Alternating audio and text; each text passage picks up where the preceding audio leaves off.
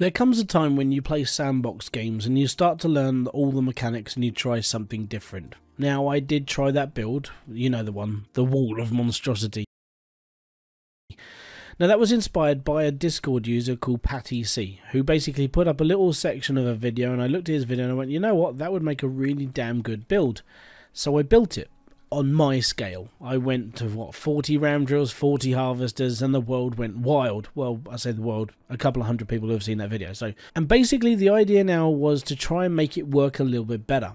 Now the problem is my brain stopped working. I had a machine that sort of worked 5 minutes later, and I had 70,000, and I was really happy with that. But the game lagged out really quickly, forcing me to think that maybe it was the reason why my machine had been set up was the major problem. And you gotta think, by then I was using this huge conveyor belt system, and I had all these other bits and pieces, and I sort of got to a point where it was too much. There was gold spitting out everywhere, and it was just making a huge mess. And it got to a point where the game basically broke down to about 3, maybe 1 frames per second. To a point it was just unplayable. That's why the video got cut so badly, because it was just, well, pointless. So I went back to the drawing board. Me looking around on YouTube basically means consistently looking around for Hydroneer videos of other people that are building stuff to basically be inspired to try other things. And I sat there and I found this bloke called Mike's PC 1080p. Now, Patty C had mentioned this YouTuber, so I'd already subscribed to him just to basically like almost just keep tabs on him, see what he's doing, and enjoy Hydroneer content, because I enjoy this game and I enjoy watching other people play it as well. And his build was basically a very small, compact version of what I had made. Now, I'd made the Wall of Monstrosity, which stretched out to this point here. That was a lot of drills. Now, as you can see, I folded the machine in half, and I'm going to be honest, this was a ball ache. And it wasn't easy either, because I had to try and fit it all into a smaller area and try and work out my pipe system. Now, my pipe system does run off the original system that we've got up until this point here. As you can see, I've disconnected all my other machines now. And I'm going to be honest, I'm not really sure what I'm going to be doing with this, but, you know, I probably don't need it anymore. It gives me a little free play, free ground. I could probably extend my shed, maybe, you know, build a garage, that sort of thing. So the machine runs straight into this conveyor belt and runs through all my, like, sorters, which is all good. Now, I was actually advised, even though I've done this before, was to put the dirt at the beginning, because then it filters through happily and everything runs a little bit smoother, which was a good idea.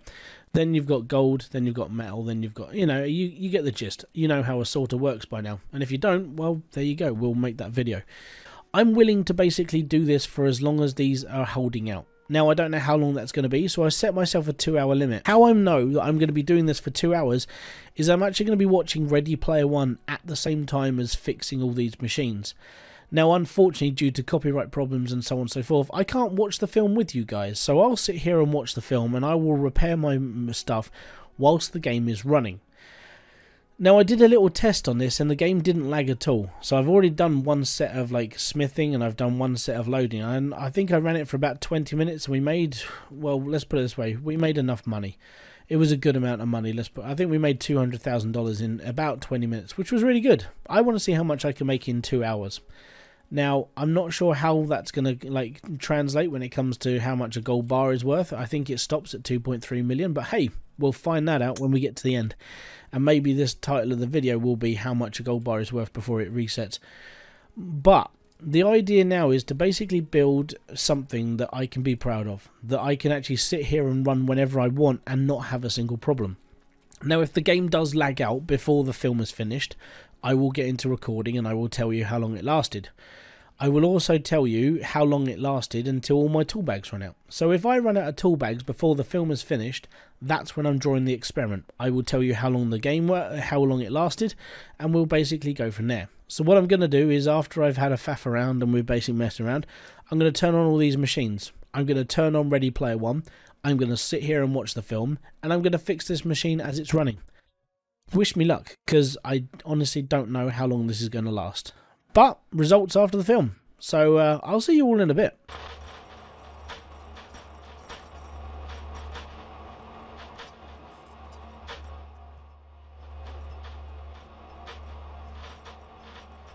Okay, so now's a good time to basically stop a little bit and see where we're at to. Now, I've been running this machine for an hour straight now.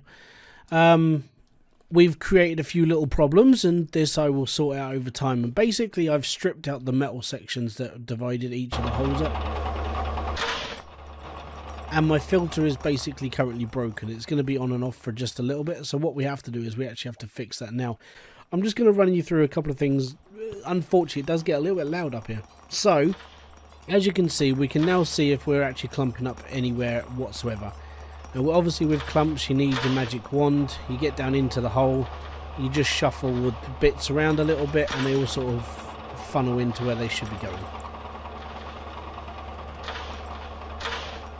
Any bits that do get too big, chuck them off the edge for now, and we'll do alright there. And this is why I bought so many toolkits. This thing breaks astronomically way too fast. And the reason why is just because I've got too many machines running. And having to keep on top of them all is just a little bit of a pain in the arse. And the idea is to just keep it going for as long as I can. All the bits of gold and everything at the moment, I haven't actually gone and sold anything to the shop yet. What I have done is I took a note from Mike's video. And he said that he had to run up a load of gems to the store to basically make sure the game wasn't lagging too much. And over by the rock is the actual, you can just about see them in the distance next to the cursor. I've got two things full of gems at the moment. And I've got another 2 buckets to go. So we'll see how things go as we go further into this video. But yeah, an hour into the game, and we're still running fairly smoothly, which is quite nice. And like I said, actually taking out the metal sections means that I can see if we're going to have any problems, because the dividers actually sort of made this problem here, and I'm going to have to break all this down at one point. We ran the whole machine for an hour and a half, and now I'm basically going to have to clean up. So what I'm going to do is I'm going to take my crucible, and we're going to sweep the machine, going to clean it all out, going to make sure that it's all okay, and then from there I'm going to sort of like smelt up all the gold bars into one big bar. So that's the normal plan after a mass cleanup. So that's what I'm going to do. One nap later. Okie dokie chokey mokey, here is the final of an hour and a half's worth of running. Now, I don't know what these are worth. It's genuinely a mystery. We do have our one battery that was worth 520 something. Oh wow, I just took the whole safe off.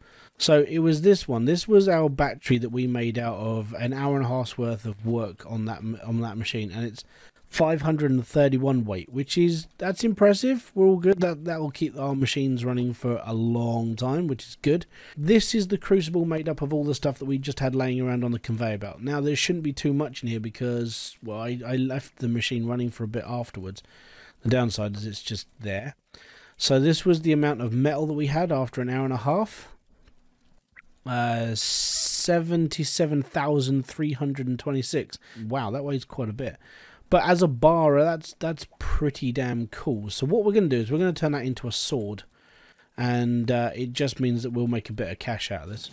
So we're going to whack that into a sword, and then that'll be pretty cool. And then this, I have no idea what it's worth, but I want to do it last because that's the main amount of gold that we got from the actual like run. This is the one that we made from all the bits and pieces that were just laying around, which isn't worth a lot, which I thought it wasn't going to be. That was just basically, we had it laying around, it's all good. This is the bar of gold that we had that was basically the main amount. 373,432. That is a beast. I'm going to take the whole lot to the shop. So next part, we've got the 2 rings in the bucket. Now we're going to sell the sword. This bar of metal was worth 77 grand. We decided to split it 3 ways and turn it into a sword.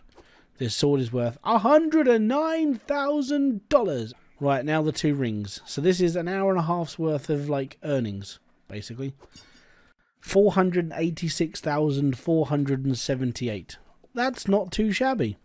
So yeah, after an hour and a half's worth of work through metal and gold, and turning it into 2 rings and a giant sword, and selling off four bloody wash buckets full of gems, I made 619,977 gold. Now that's not bad when you consider that was just an hour and a half's worth of gameplay. Now I didn't hit $1 million on a bar of gold, and I probably won't ever hit $1 million on a bar of gold because one, I'm not patient enough, and two, I got to be honest, that's 4.5 hours worth of work on one machine when I could just be doing something else. So for all the people out there who are hitting $1 million bars of gold, congratulations, kudos to you, but my God, I can't do it myself. I've got too much crap to sort out, and I've got too much going on. Guys, thank you very much for joining me. This has been Hybridsteel. If you have liked this video, don't forget to hit the like, subscribe and notifications button below for all other updates. I want to give a massive shout out to Mike's PC 1080p. And the reason why is because without him, this system wouldn't exist. Well, it probably would. Someone else would have figured it out, but he was one of the first I've seen to utilize the system like this. And to stop that lag, make the conveyor belts as short as possible, because if you can make them shorter, they're guaranteed to work better. So thank you very much for joining me. Peace out, have fun, and enjoy everything you guys do. Bye-bye for now.